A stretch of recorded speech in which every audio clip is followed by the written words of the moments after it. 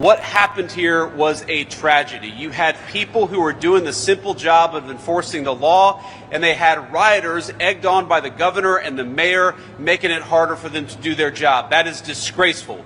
And it is why the president has responded so forcefully what happened in Los Angeles. Number one, because we've got to enforce our borders and get so many of these criminals out of our country to begin with. And number two, when you have violent agitators who make it impossible for the law enforcement to do their job, it is necessary to protect them and to defend them.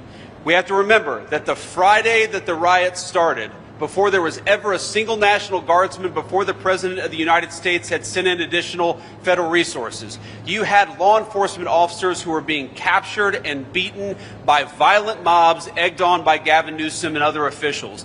It was necessary to send the National Guard to stop that process, to bring some order back to this great city, and to make it possible for the people's president to enforce the people's immigration law. That's why we're here. That's why these guys are standing beside me. That's why we have close to 5,000 soldiers and Marines from the Department of Defense. It's because we've got to enforce the law. The president takes that very seriously. 5,001 Marines now since JD Vance arrived because, he too, a Marine Corps vet. Oorah! Devil dog. I don't know. I wasn't in the Marine Corps, but I know that they always yell oorah and devil dog at each other. And I've always found that to be soups cool. JD Vance in LA is setting down. Imagine being the governor of California and egging on the violent protesters who, as he said, are attacking and throwing rocks at and even trying to not kidnap, but basically just detain police officers. I mean, what you had there was anarchy. And as the governor of a state, again, I don't know what the gubernatorial oath of California is. I know it probably involves sipping a lot of wine because that's all that Gavin Newsom really does. Using some kind of extra strength mousse in your hair for when the Santa Anas come blowing through LA. I don't know what it is, but it clearly does not state anything about protecting the people and the law enforcement agents of California. And yes, these are federal law enforcement agents, and yes, they're federal troops. But again, California is a big state. There's a lot of people. There's a lot of money. There's a lot of resources. But when it comes to California versus the United States Marine Corps, I take the United States Marine Corps every single day. I haven't seen the Kalshi odds on that, but I'm pretty sure that the Marine Corps is going to win hands down faster than you can say Operation Desert Storm. JD Vance also had a very stern and really common sense warning to not just California, but anybody out there who's a governor or a mayor, or maybe you're thinking of becoming a governor, or maybe you're thinking of becoming a mayor, anyone out there who has those kind of political, ambitions.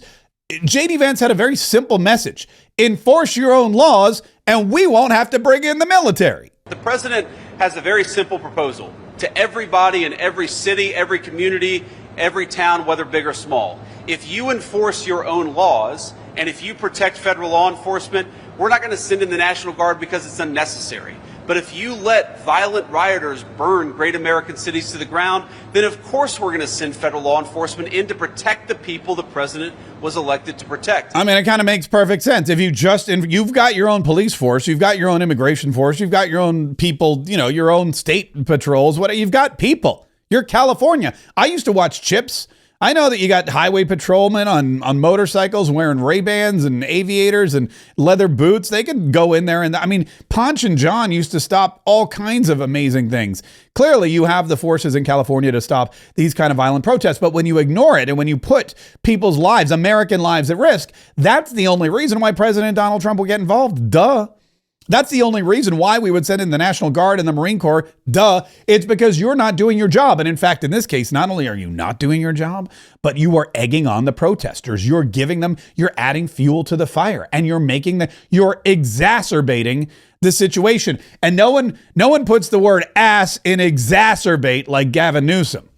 That guy's just the worst. And then JD, I guess he was sat down with Fox News. He was asked about these kinds of things. He goes, look, these are violent criminals that we're trying to get off the streets. And in fact, he pointed out, we're concentrating on violent criminals, but that includes violent criminals who are members of a gang. And if you're a member of a gang, we don't care if you're a member of the gang, but you're not active. We don't care if you're a member of a gang, but you've never killed anybody. You've only just committed armed robbery. We don't care if you're a member of a gang, but you just deal drugs, whatever.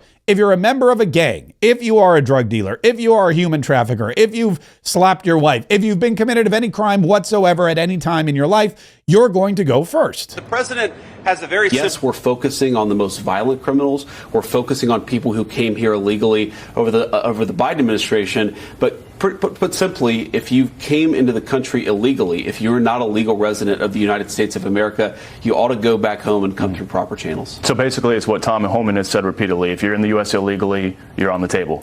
If you're in the U.S. illegally, you are at risk of deportation. Yeah, I mean, that's the way it always...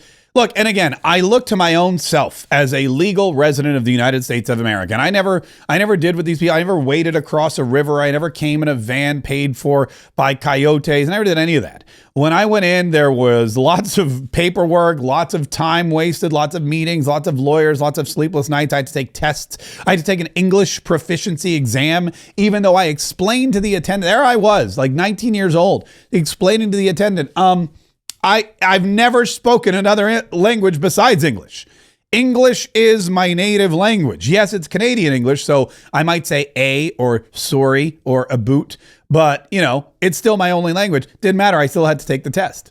There are people in the United States right now who came here illegally, who don't speak English and are not required to. There are people in the United States right now who came here illegally, and people like Maxwell Frost want to just snap their fingers and give them paperwork so they can become, give them the amnesty so that they can become private citizens or U.S. citizens, and they don't have any idea how to read or write or arithmetic. Which is not reading, writing, arithmetic. They don't know any of those things. But yet they're going to get all the full benefits of citizenship that I had to work hard for, that millions of Americans, naturalized Americans, had to work hard for. And that's why nobody's harder on these illegal immigrant situations than naturalized Americans. But Donald Trump knows Donald Trump knows that the American people are on his side. He's seen the CNN polls.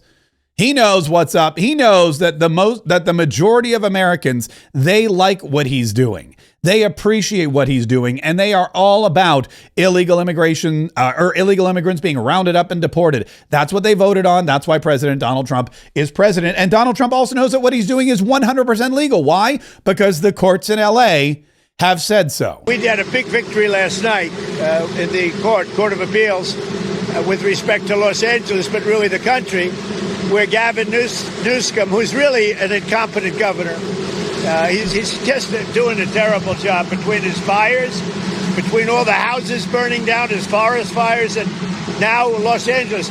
If we didn't go to Los Angeles, and the sheriff admitted it, he had no control. He would have lost control. We saved Los Angeles by having the military go in. And the second night was much better. The third night was nothing much. And the fourth night, nobody bothered even coming.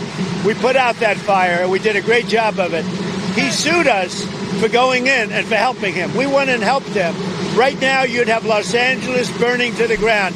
Largely, it would have already been destroyed. And that is Donald Trump celebrating his victory in the Ninth Circuit Court of Appeals. Listen, if you're a Republican president, if you are rounding up illegal immigrants on the streets of LA and shipping them home, if the governor of California sues you and the Ninth Circuit Court of Appeals sides with you over your very Democrat rival, Gavin Newsom, then you know that you are doing everything by the book. You know that you are doing everything right. You know that there is no way that anybody can argue that what you're doing is overstepping your boundaries or abusing your power or acting like a king, because President Donald Trump knows exactly what he's able to do. He knows exactly what his constitutional rights and obligations to American citizens are. Because remember, he also took an oath to protect the United States of America, to protect the Constitution from all enemies, foreign and domestic. And in this particular case, it seems like we have both foreign enemies who came in illegally from various different countries and are wreaking havoc on the United States of America and acting illegally in the streets of LA, and domestic enemies who are siding with them and throwing rocks at cops and blocking traffic. And then, of course, Gavin Newsom, the governor, also a domestic enemy whom Donald Trump is trying to protect the rest of us from. Amen. Hallelujah.